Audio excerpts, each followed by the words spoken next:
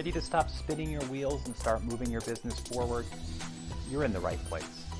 On each episode of Accelerate to Achieve, we'll discuss a crucial step in the journey, offering tips and advice that you can apply immediately within your own company. From financial management to customer success to digital transformation, we'll cover it all while providing leadership lessons from top industry insiders. In just 15 minutes, you'll be inspired to build momentum through action and achieve incredible results. Welcome to Accelerate to Achieve, the podcast that moves you from question to answer and idea to execution.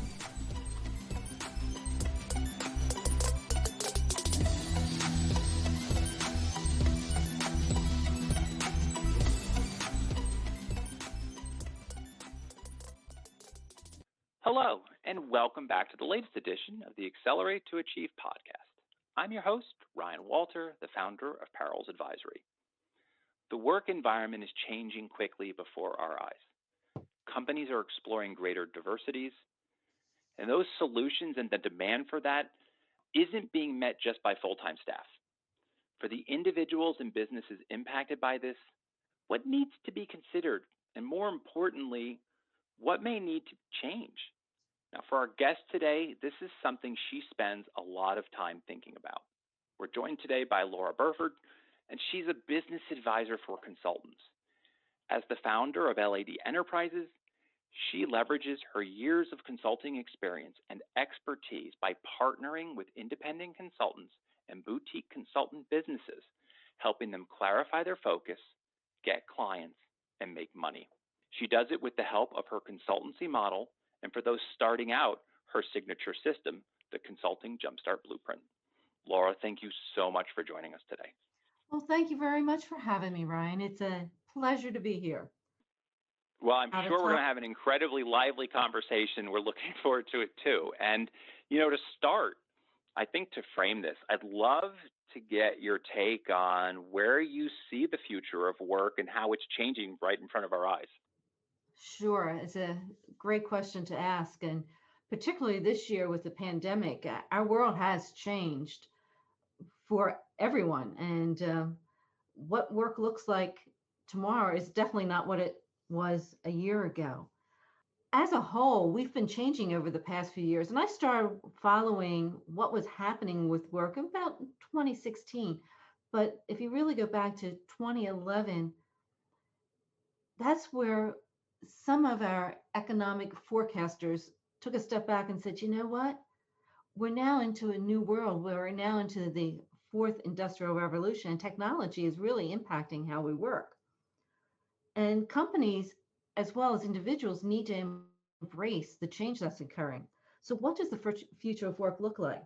Well, this year, everybody, I don't know anybody who has not been impacted by working remotely, and Zoom has become a part of our lives. Remote work's here to stay. It's not going to disappear. I started working remotely over 20 some years ago, but this year people have had to embrace working remotely. So it's a big change. And also companies are starting to embrace a new work model. And that new work model includes thinking differently about how they're structuring and how they're using people. And they've increased their reliance on outside people, independent workers, to help them move forward. And that's a great thing. Automation has changed how we work. And that has also caused us to go into a much more project-oriented world. How work is changing? Well, to begin with, remote work is here to stay. It's not going to disappear. Individuals as well as companies need to change how they think about work. Companies are going to rely more on individuals. And a recent study I just read talked about how individuals that are doing well because they focus on one thing. They have a niche. Not only do they have experience and expertise, they are skilled and they can really truly clarify what they can do well. So that's just a little bit about the future of work. And Ryan, I could go on and on and on about this. So let me just end it there, unless you have any specific questions that you want to ask me about how the future of work is changing. Well, I think what's interesting too is you tie this in, and maybe it's being pushed by the technology revolution or the change in technology or the increase in use of technology, but you also begin to see more and more of the kind of service oriented uh, model where everywhere from whether it be the Ubers of the world or you name it, we're seeing people be able to leverage individual talent in one form or the other, and beyond just manufacturing, it's about providing that level of service or that capability to someone. And I think that for me begins to frame the conversation of, okay, if this starts moving more and more of us away from the traditional full-time model and more of this project-oriented model that you said and we're talking about, how do we then maybe differentiate between those potential categories we fall into, and in particular, like being the contingent style worker versus more of like an independent consultant worker? How do you view the difference there? It comes down to taking a step back and thinking, where do you want to be as an independent worker? Because there's different categories of independent workers. You have that freelancer who just wants to be the subcontractor, who goes in and just does the hands-on work. And that's a great thing for some people because that fits what they want to do. But that higher level person, and I don't want to use the term higher level, but the person that wants to be that business advisor, that management consultant, they have to be able to distinguish themselves. And one way they distinguish themselves is having clarity as to what they do, clarity as to what they can provide and how they can help solve a problem. And the clarity comes down to being known for one thing and standing out for that one thing. And that also ties to them making sure they can clearly articulate what is their point of view, how they help somebody, how they help identify and work with somebody who has a problem of some kind, and how they move them from where they are to where they want to be in the future. And that's what companies are going to look for. They're going to look for the people that can help move them forward, who have those skills, who have that expertise, and who realize that they know how to come in and work as a team member and work with them, to partner with them, put their arms around them and help them move forward. And what that requires for the individual is they need to be able to clearly know how to listen, know how to problem solve, and communicate. It's both written and verbal, as well as being able to present. But problem solving is going to be top notch thing that these people need to do. Companies don't just want to hire people all the time just to do the tactical work. They want people who can help them, and being able to help is requires people to be able to listen, communicate, think analytically, deal with complex problems, be creative. So the person in the future who's going to help a company needs to be open. They need to be um, very clear as to what they can do, what they can help people with, and they need to continually learn. I, Ryan, you're out there working with companies. What do you see as to that helps you stand out amongst your peers? Yeah, I think it's a great question, and obviously my space is different than everyone else's, and as you mentioned, we each have our own unique focus and point of view. Looking at it from my perspective, there's a couple things. I think often people are looking for someone in my area who can quickly ascertain the environment they're in, where they stand, and provide that perspective and insight and guidance that lets them, in essence, kind of jumpstart a process. In many cases, they're overwhelmed, they've got too much going on, and they need someone who provides that counsel as well as the willingness, I think, where many might come up a little shorter, to kind of roll up their sleeves and get their hands a little dirty to help them move forward, because that's what they're looking for. At the end of the day, most owners, most executives, they're juggling a lot. So as a result, whatever they can do to help bypass a bit of that, move on to the next thing, and further accomplish those really big, audacious goals that they have, That's what they're looking for in someone. And that's, I think, where you, in my area in particular, you really need to differentiate. So actually, we're both saying the same thing when you think about it. Companies in the future, companies moving forward are going to be sitting back saying, we want people who can help us, who can take that step back, who can, you use the word jumpstart, who can jumpstart us, who can analyze and help us move forward. And that is really what companies are looking for. That person who is skilled, who has the specialized expertise and experience, and who has clarity as to what they can help them with. So that is something that companies of the future are going to be looking for. I talk frequently to consultants, and I focus more on consultants than freelancers. And I say, you have to make yourself that consultant of choice. You have to become that person that a company wants to pick up the phone and call. And you want to build a relationship with that company so that you're top of mind when they have a problem and they need some help. So that is particularly important as we move forward. And what people, we talked a bit about the future of work and where I see it changing. I think what's an important fact to throw out there, because I just have started picking up the latest statistics on this, um, because they're actually just now starting to be released, that in 2019, the number of freelancers, independent workers, solopreneurs, well, they were 5.7% of the US GDP, which came out to 1.2 trillion in revenue. And that's a huge number when you really think about it. So the future of the independent worker, the consultants, is not going to disappear.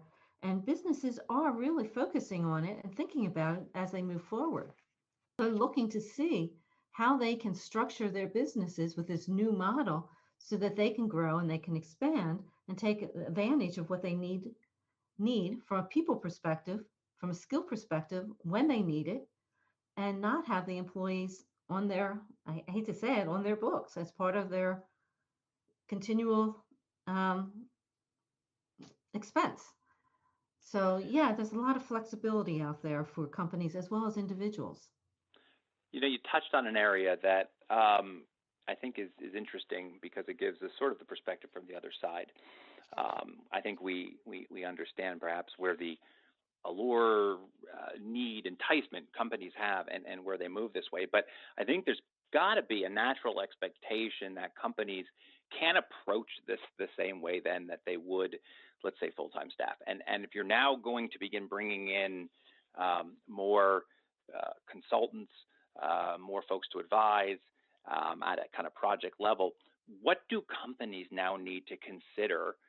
What maybe they need to change or do more of or less of as a result of this kind of sea change going on? I mentioned that there's two sides. Companies need to be the company of choice, as well as consultants need to become the consultant of choice. So it's a two-sided equation here. For the company, they need to start taking a step back and they need to understand what makes an independent worker, a consultant, a freelancer tick. Many consultants are out there by choice. Freelancers, consultants, they're out there by choice. They do it because of a number of reasons, some because they want the improved flexibility. Um, they want to work their own hours on their own time. And as a company, you need to take a step back and understand what makes that employee or that freelancer tick. How do they work? And you have to, as a company, you need to figure out how to make and help that person become part of the team. No, they're not your employee, but they're working with your employees. They're working with you, CEO, CFO, CIO. You need to figure out what being part of the team means. And freelancers, particularly consultants, they want to know that you appreciate their value. They're there to help you. And I was asked a question the other day by a consultant. He's working with somebody, and the question I got asked is, what do I do when no matter what I say, The client doesn't value what I have to say or what I'm recommending. Freelancers, consultants, they want to be valued for what they have to say. Otherwise, they're not going to want to work with that company. And, it sounds strange, but you also have to pay them fairly. As a company, you have to make sure you pay your freelancers fairly. They're not, you have to treat them as an equal when you think about them. So I'm sorry, Ryan, I kind of interrupted you there a second. No, you didn't, and I think that was great, and it really kind of brings us sort of to the wrap-up point for the session too, because and I really like how you sort of covered it now from both sides of that, and your ability to kind of give us the perspective and needs for both, perhaps where there's a need or a focus that they're going to need to pay attention to, how kind of the outside world is really influencing all this. So, if I kind of boil this down to, let's say I'm someone who I'm thinking about it, and I'm not sure I'm ready to kind of like step into the waters or go. What one bit of advice do you have for someone like me who's saying, I might be up for this, but how do I know if I'm up for it or not? I'm going to answer that slightly different. So just bear with me here a second. The world is changing, and predictions are out there that by 2025, over 50%, some people say close to 60% of people in the workforce will be working at some point in their career as an independent worker. That could be a freelancer, it could be a subcontractor, it could be a management consultant.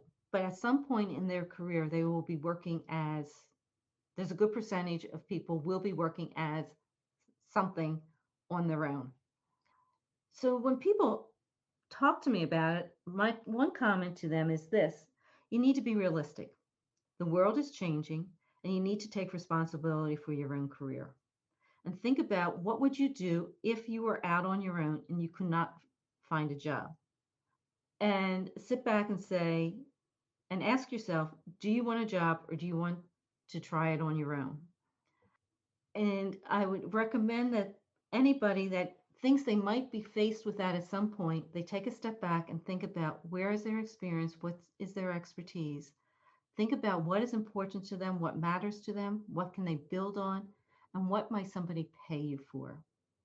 And if you're debating if it's for you or not, mm, becoming a freelancer, becoming your own boss, becoming a solopreneur, think about what you need to know, would you need to learn, and maybe give it a try on the side as a part-time. Is this something that I would like to do?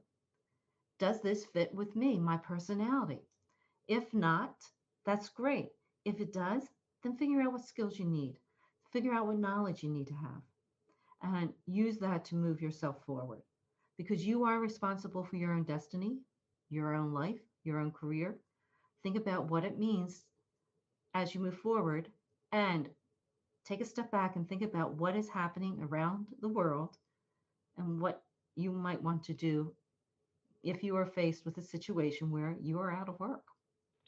Well, I think that's a great place to sort of wrap things up today, too, because a lot of poignant things for folks to digest and consider, because I think, as you've sort of highlighted, a lot more of us may need to be considering this in the future. And I think, one of the things I've often come across sort of working internationally, you do see a lot more of this in other locations, just because of some of the healthcare situations. Not much of a connection to job as it might be here in the U.S., but as things are changing also here in the U.S., as well as the environment, it's probably why you see things accelerating so much. So just thank you again for joining us on the episode and just sharing kind of all your insight, because I know I've been able to take so much out from it. Well, thank you for having me. I totally enjoyed it. And as I mentioned, I can talk forever on this topic, and sometimes you have to rein me in. So thank you for No, having you me. did a great job. You did a great job. You lived up. You lived up to the ethos of the podcast. So thank you for that. With the work model many of us have become accustomed to shifting in front of us, we need to be prepared for a new reality. How we as individuals and businesses approach this will dramatically impact our own success, as well as company performance. As Laura so clearly outlined, the skills and capabilities needed, as well as the processes we follow, have to adapt. Thank you for listening today. I look forward to joining you on the next episode. Until then, I'm Ryan Walter. And remember that solving your biggest business problems begins when you decide to accelerate your approach and achieve more. At Parrels Advisory, our focus is your business's future. Having the right insight, experience, and perspective makes all the difference when tackling far-reaching issues within your company. We are here to simplify the steps, unlock your potential, and move you forward, making your vision a reality. We've helped startups achieve massive growth, mid-sized businesses navigate digital transformation, and enterprises embrace innovation. Wondering how to jumpstart your business and move it forward? Contact us to discuss your audacious goals during a complimentary consultation. Thank you for listening to this episode of Accelerate to Achieve. If you're enjoying the podcast, please subscribe and leave a review wherever you listen. Don't forget to share the show with others who want more for their businesses. Got a question, feedback on the program, or interested in being a guest? Simply go to parrels.co/A2A-podcast and send us a message. That's parrels.co/A2A-podcast. To learn more about our work or to book a consultation, visit us at parrels.co/contact.